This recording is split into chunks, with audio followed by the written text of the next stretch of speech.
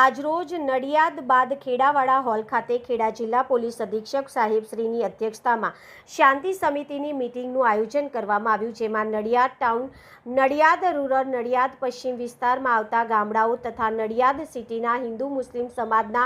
આગેવાનો અને સરપંચશ્રીઓ, કોર્પોરેટરોએ હાજરી આપી, જેમાં આવનાર તારીખ 25-26 તાજિયા મોહરમનો તહેવારને અનુલક્ષીને પોલીસ તંત્ર દ્વારા સરકારશ્રી દ્વારા આપવામાં આવેલી ગાઈડલાઈન આપવામાં આવી અને તમામ લોકોનું સૂચનો લેવામાં આવ્યા અને તેમના પ્રશ્નોનો નિકાલ કરવામાં આવ્યો અને શાંતિ, ભાઈચારા અને કોમી એકલાસ વચ્ચે તહેવાર ઉજવવા અપીલ કરી. તેની સાથે સાથે ચિસ્તિયા ફાઉન્ડેશનના પ્રમુખ અને મુસ્લિમ સમાજના યુવા આગેવાન સોહિલભાઈ ચિસ્તિયા દ્વારા પોલીસ તંત્ર અને પ્રશાસનનો આભાર વ્યક્ત કરી મોહરમ નિમિત્તે શાંતિ, ભાઈચારા અને કોમી એકલાસ વચ્ચે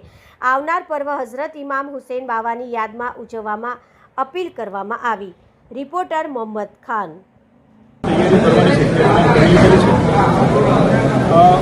આખા જિલ્લામાં કુલ 500 જેટલા તાજિયા નીકળશે, નાના મોટા, જેમાંથી 185 જેટલા તાજિયા મોટા છે કે જેમાં 1000થી વધારે લોકો જોડાતા હોય છે. અને ખેડા જિલ્લાના તમામ જે સંવેદનશીલ પોલીસ સ્ટેશન છે એમાં પોલીસે છેલ્લા 3 દિવસથી એ ફૂડ પેટ્રોલિંગ, રૂટ સેનિટાઇઝેશન અને શાંતિ સમિતિની જે મિટિંગ કરવાની છે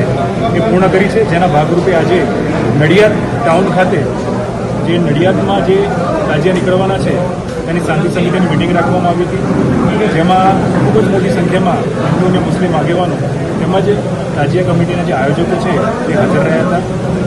એમના તરફથી કેટલા સૂચનો હતા જેની પણ અમલવારી કરવામાં આવશે અને પોલીસની તૈયારી શું છે એ બાબતે પણ તમામને અવગત કરવામાં આવે. કોઈ શાંતિ ભંગ કરે ચાલુ જુલુસમાં એવા સામે શું કાર્યવાહી કરવામાં આવે? આજે તમામને સૂચના પણ આપવામાં આવી છે કે આ પ્રકારની કોઈ પણ પ્રવૃત્તિ કરશે તો એના વિરુદ્ધમાં કડકમાં કડક કાર્યવાહી કરવામાં આવશે. આજરોજ નડિયાદ ખાતે બાજ ખેડાવાલા હોલમાં ખેડા જિલ્લા પોલીસ અધિક્ષક સાહેબશ્રીની હાજરીમાં એક શાંતિ સમિતિની મિટિંગનું આયોજન કરવામાં આવ્યું. આ શાંતિ સમિતિની મિટિંગમાં નડિયાદ ટાઉન, નડિયાદ પશ્ચિમ અને નડિયાદ રૂરલ જ્યુડિક્શનના આવતા નડિયાદ સિટી અને આજુબાજુના ગામડાના હિન્દુ તથા મુસ્લિમ સમાજના આગેવાનોને એકત્રિત કરી આવનાર 25 અને 26 તારીખના મોહરમ પર્વની જુલુસની ઉજવણી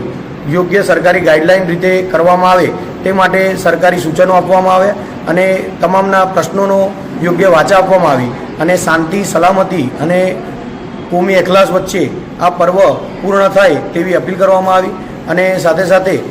તમામ આવેલા આગેવાનોએ બહુ શાંતિ અને સલામતીવાળો સંદેશ આપ્યો. તેની સાથે સાથે પોલીસ અધિક્ષક સાહેબશ્રીએ સરકારશ્રી તરફથી આપવામાં આવેલી તમામ ગાઈડલાઈન જણાવી અને પ્રશાસન દ્વારા અને પોલીસ તંત્ર દ્વારા આ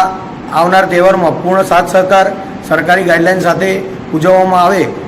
તેવો આપવામાં આવ્યો. અને હું ચિસ્તિયા ફાઉન્ડેશન અને તમામ ખેડા જિલ્લા મુસ્લિમ સમાજ વતી પોલીસ અધિક્ષક સાહેબશ્રીનો, પ્રશાસનનો અને પોલીસ તંત્રનો અને આવનાર તમામ હિન્દુ મુસ્લિમ સમાજના આગેવાનો, નાના મોટા ગામડાઓના સરપંચશ્રીઓ અને નડિયાદના આવેલા ડેપ્યુટી મેયર, સ્ટેન્ડિંગ કમિટીના ચેરમેન અને કોર્પોરેટરશ્રીનો હું તહે દિલથી આભાર માનું છું અને તમામ મુસ્લિમ સમાજના લોકોને એક અપીલ કરું છું કે આવનાર 9મી અને 10મી જે આપણે 9મો અને 10મો ચાંદ છે અને 25મી અને 26મી તારીખના રોજ જે જુલુસનો પર્વ છે બહુ વ્યવસ્થિત રીતે